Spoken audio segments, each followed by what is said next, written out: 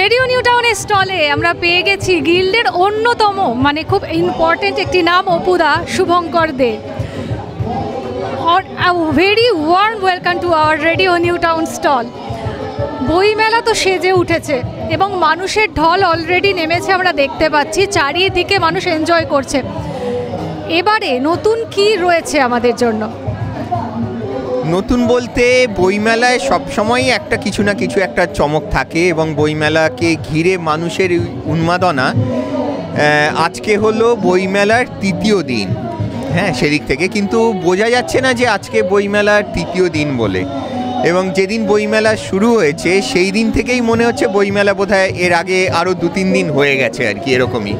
তো এটা মানুষের মধ্যে একটা বইমেলাকে নিয়ে সবসময় একটা, বিশেষ করে বাঙালিদের মধ্যে একটা অদ্ভুত একটা উন্মাদনা সবসময় দেখা যাচ্ছে আর কি। সেটা ময়দানে থাকতেও দেখা গেছে, আবার বইমেলা তো মাঝে মধ্যেই বিভিন্ন জায়গায় হয়ে এখন একটা স্থায়ী জায়গায় এসেছে আর কি। আমার মনে হয় যে এটা বইমেলাটা একটা আলাদা, তার মানুষের কাছে একটা অদ্ভুত একটা গ্রহণযোগ্যতা আছে আর কি, যেটার জন্যে এত মানুষ এই কারণে ছুটে আসেন, বইয়ের জন্যে ছুটে আসছেন। মানে বাঙালির যে দুর্গাপুজোর যে ক্রেজটা, মানে মন্দিরে তো ঠাকুর রয়েছে কিন্তু তা সত্ত্বেও আমরা দুর্গাপুজো যেরকম মণ্ডপে মণ্ডপে দেখতে যাই, বইমেলাটা বোধহয় কিছুটা সেই রকমই। একদমই তাই, কেননা বইমেলার মধ্যে মানে বইয়ের জন্যে যে এত মানুষ একটা জায়গায় জমায়েত হতে পারে, আমি তো অনেক জায়গাতেই বইমেলায় গেছি, নানান জায়গায় গেছি, কিন্তু মানে শুধু বইয়ের জন্য এত মানুষকে কখনো কোথাও এতখানি জমায়েত হতে কোথাও দেখিনি, যেটা কলকাতার বুকে দেখতে পাই। যদি অনেকটা পথ পেরিয়ে যায় সেই ময়দানের বইমেলা, সেখান থেকে এখন যেটা বলছিলেন এইমাত্র যে সেজে উঠেছে, সেই ব্যাপারটা কতটা আপনাকে ভাবায়? ময়দানের যে বইমেলা, আমার বলতে গেলে ওই বইমেলার সঙ্গে আমার ছেলেবেলাটাও কেটেছে আর কি। আর সেই ছেলেবেলার স্মৃতি এখন ময়দানে সেটা স্মৃতি হয়ে আছে। আর যখন আমি আমার কর্মজীবনে গিয়ে ঢুকেছি তখনও ময়দানকে পেয়েছি কিছুটা সময়। তারপর তো বিভিন্ন জায়গায় যে বইমেলা হয়েছে আর কি, সেটা মিলন মেলায়, সল্টলেক স্টেডিয়ামের ওখানে, পরবর্তী সময়ে এই সল্টলেকের এই এতে হলো যে মেলাটা এখন চলছে আর কি সেন্ট্রাল পার্কে, এখন তো বইমেলা প্রাঙ্গণ হয়ে গেছে এটার নাম। এই সব জায়গায় দেখেছি, ওটা একটা নস্টালজিক আর কি। হ্যাঁ, সব সময় ময়দানের বইমেলাটা আমাদের কাছে একটা নস্টালজিক। কিন্তু এই যে এত ছিমছাম, এতটা কি বলবো, ধুলো মুক্ত, সাজানো গোছানো, এটা আলাদা রকমের। মানে এটা আজ যে কটা জায়গায়, ময়দান ছাড়া আজ যে কটা জায়গায় হয়েছে তার থেকে এই জায়গাটা অনেক বেশি, মানে কি বলবো, অনেক বেশি সুন্দর আর কি।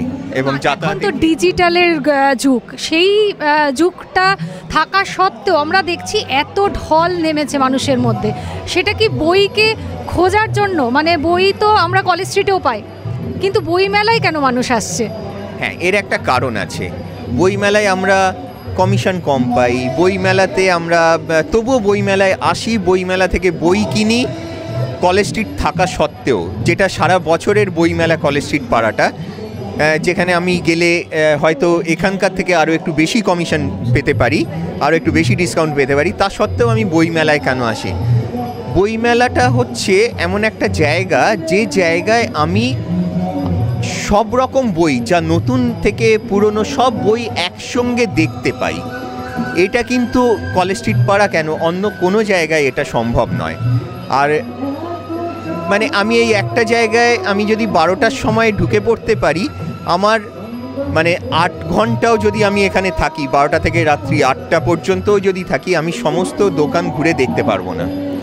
আমার অন্তত সবকটা দোকান যদি ঘুরে দেখতে হয় এবং সেখানে কি বই বেরিয়েছে তার সঙ্গে যে খুঁজে দেখা, পরিচিত হওয়া, এটাও কিন্তু অনেকটা সময় সাপেক্ষ। এবং সেই সময় ধরে দেখবেন এক একজন পাঠক কিন্তু একদিন নয়, একাধিকবার আসছেন। হ্যাঁ, এবং আরেকটা বিষয় যেটা বইমেলায় সম্ভব, সেটা হচ্ছে যে আসলে বইমেলাটা লেখক, পাঠক এবং প্রকাশক, এই তিনজনের একটা সমন্বয়। তো সেখানে একজন লেখককে যখন কাছে দেখতে পাচ্ছে, তার সঙ্গে কথা বলতে পারছে, তার নিজের পড়ার তার লেখাপড়ার যে অভিজ্ঞতা সেটা শেয়ার করতে পারছে।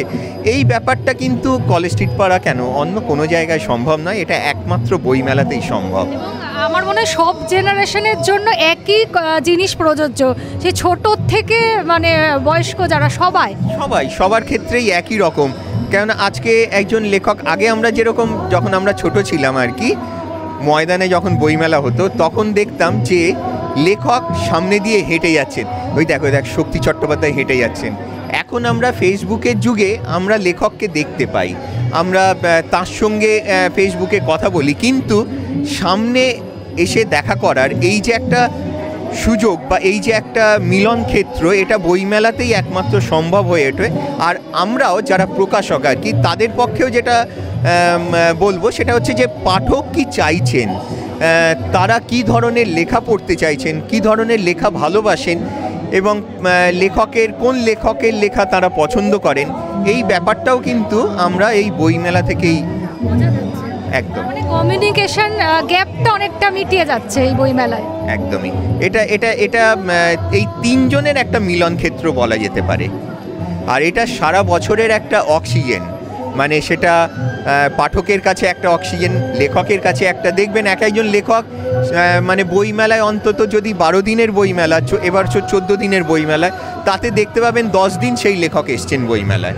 কেননা তার কাছেও এটা একটা আনন্দের জায়গা, তার লেখাটা যে নতুন বইটা বেরিয়েছে সেটা নিয়ে পাঠককে বলতে পারছেন সরাসরি, বা পাঠক তার কাছে আসছেন।